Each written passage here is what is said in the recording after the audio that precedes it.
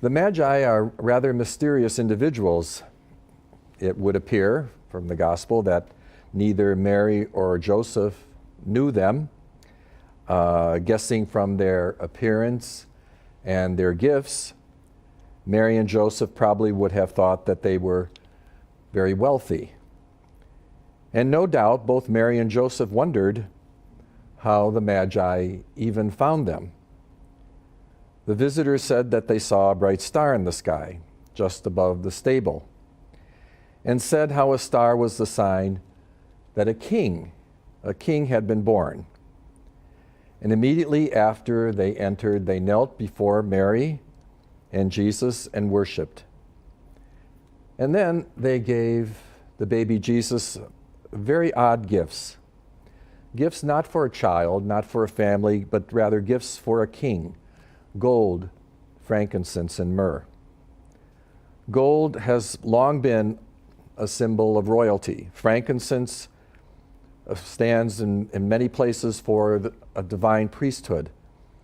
And myrrh is not only for kings or priests, and used not only for a beauty treatment in Mary's day, but also mixed with wine to relieve pain. And it was also used to embalm the dead. And certainly Mary would have wondered if her guests were trying to tell her something very important about her child.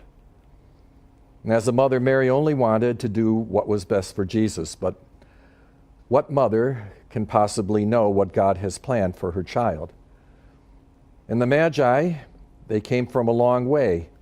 And we have to assume that they risked much. They risked their lives just to gaze upon this child. They came from a different country. Most likely they spoke a different language. But perhaps they knew a very basic human reality, and that is a baby changes everything.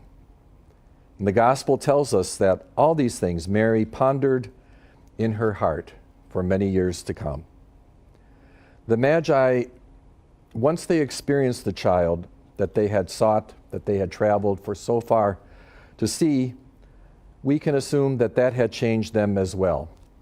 The Gospels make no mention of them again, but we are certain that they returned home after gazing upon the Son of God, and their lives were changed. Once we experience who Jesus is in our lives don't stay the same either. They can't. We change, and we let others know about the change. And this we call conversion. And it is happening throughout our lives. In Jesus, we all experience a sense of belonging, especially this beautiful time of the year. And maybe that is the heart of conversion. We all belong. We all belong, no matter what nationality or background or where we come from. The wealthy can bring gold, myrrh, and frankincense, or like the shepherds, they can come without anything. What is important is that we come to the Lord. It is important that we experience the power of this child who has the power to change us all.